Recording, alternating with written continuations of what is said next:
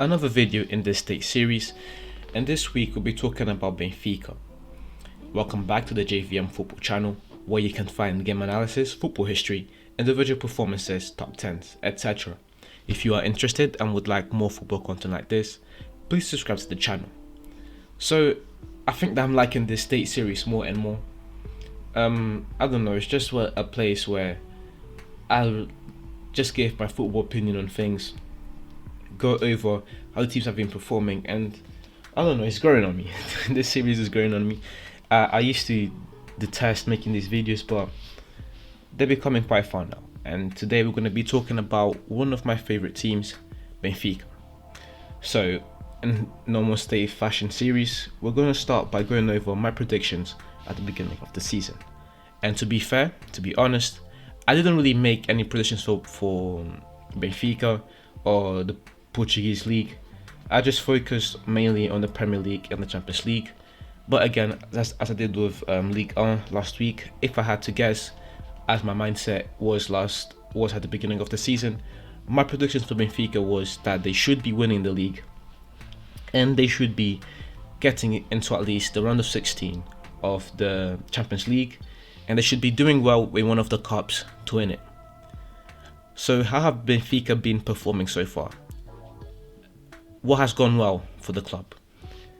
And we're going to start with the Champions League, which is something that Benfica have been, I would say, not outstanding, but they've gotten the job done. They finished 1 point ahead of Barcelona, and so move on to the round of 16 of the Champions League, which was one of the things that I thought that they should be doing this season. Benfica have been poor in the Champions League. I mean, in the 2019-2020 season they finished third. In the 18-19 season they finished third. In the 17-18 season they finished bottom. So they have not made it past this round for a few years now.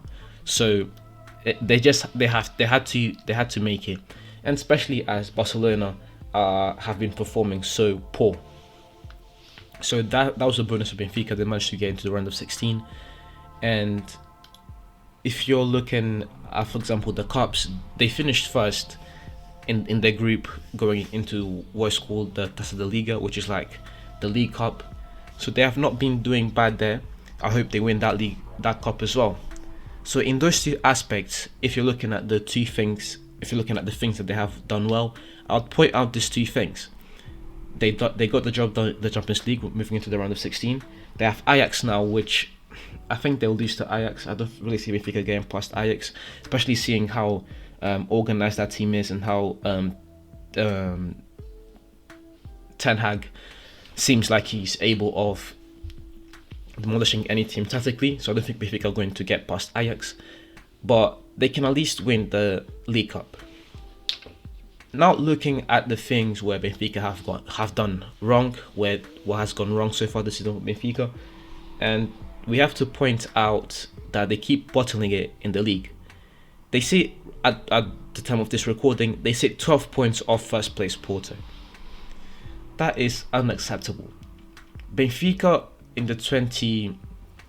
coming into the 2020-2021 season, they made major moves, they made major assignments, and although I didn't have a YouTube channel, but if I did, I was really thinking about making, something about Rui Costa, the director of football, possibly coming into a bigger club, maybe Manchester United, because they needed it. And he had made major moves. He managed to sign a few players. He managed to get the manager, Jorge Jesus, into the club. A manager that had been previously at the club, done well in Brazil, and even won the Copa Libertadores. And he was looked upon as one of the people that could come in and change the club. They managed to get him in. They got all these players signed, and they bottled in the league and let Sporting win the league. A team that hadn't won the league in 16, 17 years. And now this season they sit 12 points off first place Porto. That's not acceptable. And we're only in February.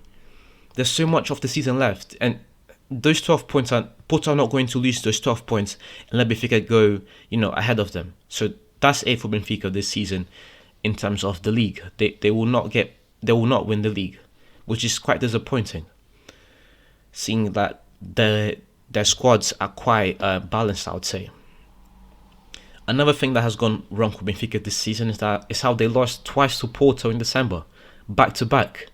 First of all, they got humiliated they got humiliated 3-0. Then they lost 3-1 the next game. It's like they didn't learn anything. And another thing is that they also got humiliated by Sporting. It looks like Benfica are not like up to par to their biggest rivals. Whenever they play them, they just get humiliated. They lost 2-1 to Sporting at home. Things aren't looking very good for Benfica this season.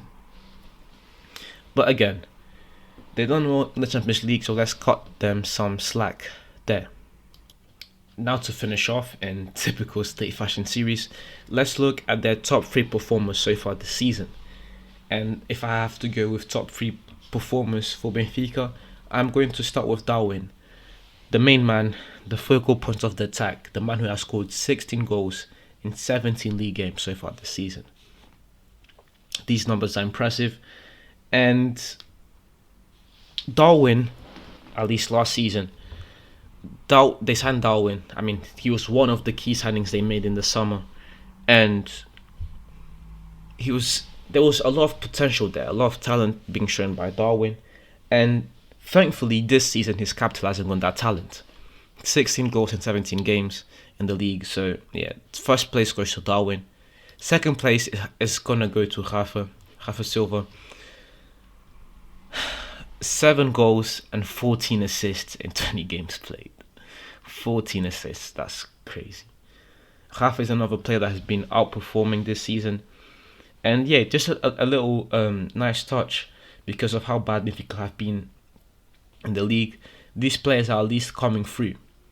It is what really has been going wrong for Benfica is losing points to clubs that they shouldn't be losing points to, which is really disappointing. And finally, the third outstanding / key player that I'm going to choose is going to be Grimaldo, their left back, who has 3 goals and 5 assists in 19 games played so far this season. And his defensive stats are also not too bad, with him averaging 1.6 tackles per game. But yeah, defensively Grimaldo is quite whack. It's offensively that he's special. I mean, he was brought up in the Barcelona academy. And yeah, that's where his game is going to be at. That's where he's good at. That offensive play. I mean, 3 goals and 5 assists. I mean, it shows right there. But anyways, guys, this is the end of the video. Thank you very much for watching the video to the end. If you enjoyed the video, please leave a like and subscribe to the channel for more game analysis, football history, individual performances, top 10s, etc. This is the beginning of something special, and it would mean the world to me if you subscribe to help me to grow this channel.